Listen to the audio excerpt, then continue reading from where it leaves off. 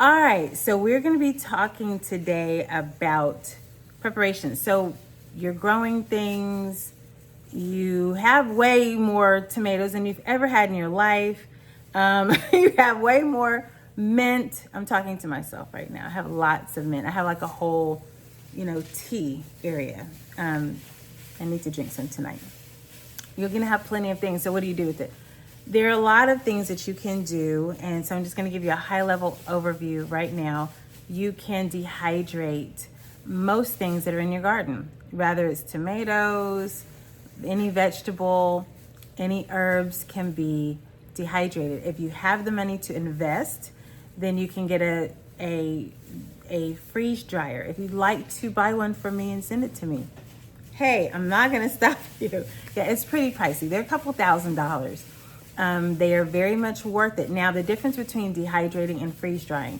Dehydrating is gonna use very, very low heat. You can get a dehydrator like I have. I think I have a 10 tray dehydrator, or you can put it on the lowest setting in your oven. Sometimes that's still a little bit too high, but in a dehydrator, you want it to be as low heat as possible so that it does not compromise the integrity of the nutrients and things like that that's in your product, in your produce. So for instance, if I have tomatoes and I have it a little too warm in there, like really high, it's going to do well and it's going to probably taste pretty decent, but there'll be even more, lovely nutrients in it if you cook it low and slow. So in a dehydrator, many times you're going to cook it. Sometimes you can cook it for a whole day. You're just going to keep testing it to make sure that there's no moisture whatsoever, because when you go to store it, it can get molded. So that's just that about dehydration. Another way is through freeze drying. Freeze dry process is very different. It's very, very different actually. It's literally a machine that will suck out all of the moisture and freeze the product. Freeze-dried product looks very different than a dehydrated product. Have you ever had freeze-dried ice cream? You could freeze-dry a lot of things. Now, some people will try to rehydrate them. Vegetables are amazing when it comes to dehydrated versus freeze-drying. Either one is really great with vegetables, but most people can only afford a dehydrator, which is completely fine. But more of the nutrients are going to be preserved. A lot more will be preserved with a freeze dryer.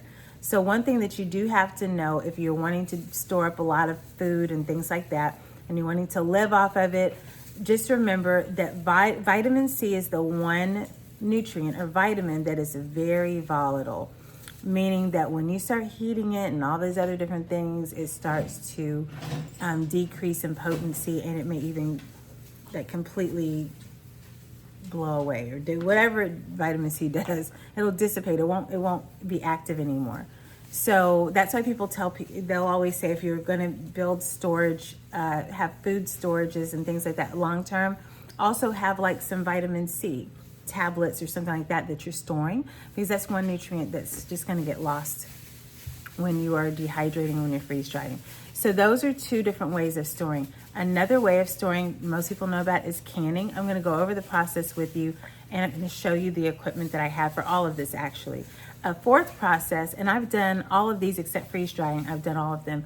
A fourth one, side note about dehydrating, you can make your own fruit leather. We actually have bought our own fruit, and you pureed it. You can do it with or without adding sugar. I think we did some with strawberries or something, yeah. And we made it with actual strawberries. I'm looking at my daughter so she can remind me. And we just put it out there until it dehydrated, and we made our own fruit roll-ups. And it's better for you. Of course, she prefers the one with all the corn stuff and all the bad stuff in it. But because I really educate my daughter on health, she's always willing to try and to start converting over to doing things a little bit differently. And I appreciate her for that. Kudos to my 10-year-old, who's 10-year-old right now. Anyway, so then there's freeze drying, there's dehydrating, there's canning, which most of you know what canning is. You've seen someone can. Maybe you had a grandmother that canned. We buy canned food from the store. So there are ways of processing canning. So when it comes to canning, I do need to break down some of the rules so that you can can safely. All of this, I want you to do it safely. But canning is something you really need to know what to can and how to can it. Yes, it does matter. Now, there are some people who are, I forgot what that religion is. It starts with an M. Mennonites? No, Amish. It starts with an A. The Amish, they have their own closed community and they can pretty much everything, and they have their own process. However, according to national or FDA standards, there's certain things that they want to do to ensure that your food is safe. So there's two different types of ways of canning, and I'll go through that. There's water bath method, and then there's also the pressure method. And I have both of them here. I will show them to you and I'll tell you how it works. I have used them. I've canned beans. I've canned bread and butter pickles, which basically taste like sweet pickles, which we love, and we still have some.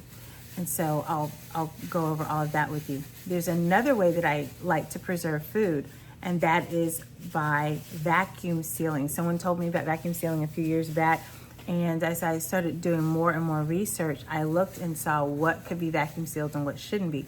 For instance, beans is a great candidate for vacuum sealing. Most people think that beans don't go bad. Technically they don't, but they'll become like rocks sitting there. Beans actually have a little bit of moisture in them. And so as they're sitting and sitting and sitting, if they're 2-3 years old, those beans may be hard as a rock and very difficult to cook. So if you pretty much vacuum seal something, you're freezing it in time. It's like I'm slowing down the degrading process, or how much this food is going to degrade over time. And so vacuum sealing is a wonderful method. I have a vacuum sealer.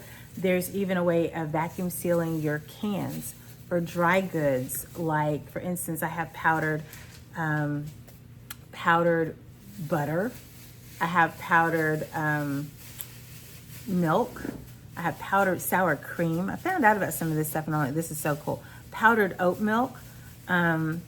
Or even if I wanted to dry can something like, there's actually a powdered honey too. It's all real stuff. Like, I don't know how they do it, but it's real, it's natural, it's not processed like chemicals. But I also got into, some of those other things, and I use them for cooking a lot of times because I don't have milk around my house. So I love having powdered whole milk that I can use in bread recipes and things like that. There's also powdered buttermilk. You just want to keep it in a cool, dark place. I usually cover that up with a towel. I'll show you what I do and how I do it. We actually even have like our own storage shelves. So why are we doing all this stuff? We're doing it because for a few reasons. I want to teach you guys how to not be fully dependent on grocery stores. Meaning, if there's another pandemic, you already have enough toilet paper. You'll be fine. I'm going to teach you how to store in 1 year's time 3 months worth of food. 3 months worth of food is a great place to start working toward, or even a few weeks extra worth of food, so that you're not like month to month to month to month. Many of us have an abundance of food, but is it really the stuff that we eat on a regular basis? And how do you rotate it? So when I start talking about storing up food, the first thing people talk about is, I'm gonna go buy a whole bunch of beans and canned food. Number one, is this stuff that you eat on a normal basis? Be honest. Would you and your family mind living off of it for 3 months? Do you realize that you can actually store up food that you really like, that you want to eat? You can store it up. You don't have to get a bunch of MREs or emergency food. You don't have to do that.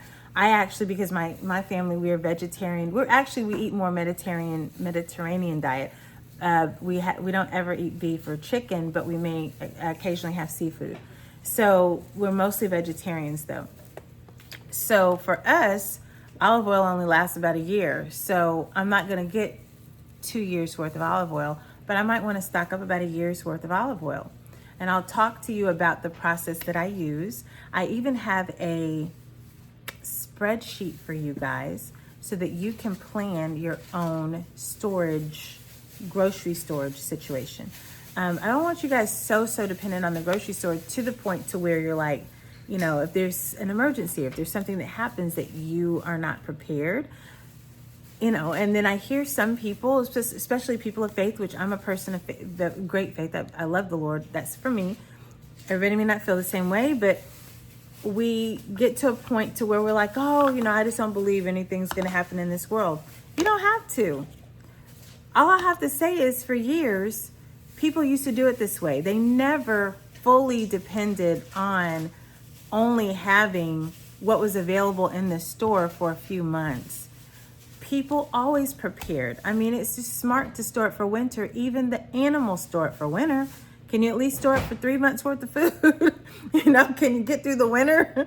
I've really been appreciative of this process because when we had joblessness or lower income, we still ate well. There are times when we only had $200 for groceries for the entire month. So we went into our food storages. So there are times when life happens, but then you don't have to feel the struggle. We did not struggle with that. We had enough. I just planned it out. This is what we need to do. I leaned on what we had, and I just started slowly stocking back up. Emergencies happen, life happens, pandemics, and all kinds of other crazy things. And if you live here in the South like I do, hurricanes happen every year, and some of them are doozies. So I'm going to talk to you guys about all of those processes to help you to be prepared, and not just for your food, but for everything. And then you're not going to grow everything, right? For instance, people are like, I want to grow a whole bunch of beans. You need a lot of land, a lot of space to grow enough beans to have like even a couple of pounds worth of beans. Just being honest. If you ever grown beans, you'll see that I'm really some of the things I'm doing are experimental because I just want to make sure I can grow them. I want to know how to do it because I know that whatever I have out there is good for a couple meals for my family, maybe something like that. It's not going to be, well, for the beans at least, for the dried beans, I should say. For other types of beans, if you're wax beans or beans where you can eat fresh, you can do a lot more with those because you eat the whole bean pot, so you get a lot more food, So I tend not to buy a lot of dried beans. It's not worth my time or space and energy, although I have some really cool Christmas beans. I wanted to make some for my husband, so I'm growing them for him. But, I'm going to buy my beans and buy them in bulk. It's really cheap. I can get 10 pounds for $20 or something like that, or less. I can't remember, but whatever it is, it's pretty relatively cheap considering it would take me time and resources to grow the same amount. It would take me a lot more space and resources to grow that amount. It's cheaper to buy it and to store it versus growing it. And beans is something that if you get organic, then you know that you're not dealing with all the pesticide issues and everything. If you get regular, yes, you may have some pesticide issues, but for the most part, from what I understand, beans are not a highly pesticide crop. Wheat is. There are some that are. So you're still going to be relatively safe and you're still going to be eating healthy. But what if you don't like beans at all? Then don't store beans or store very little, Sometimes I think it's just we don't know how to cook certain things. At least I found that out for myself. Before my husband and I became vegetarian, he loved beans, I did not. He would make the beans and he would eat them. And I ate something else. Me and the baby, we eat something else. But now we all enjoy beans. We love it. We love beans, different types of beans, lentils. Each of us has, I think, our favorite bean that we like and I look forward to beans. I found out all kinds of things I could do with them and pair with them. And I'm like, wow, and make it vegetarian where it tastes delicious. That's a whole other thing that we could talk about. But anyway, yeah. So I wanted to just share that with you guys. And now we're going to dive into some of the components of what we just talked about to give you some even deeper training on it.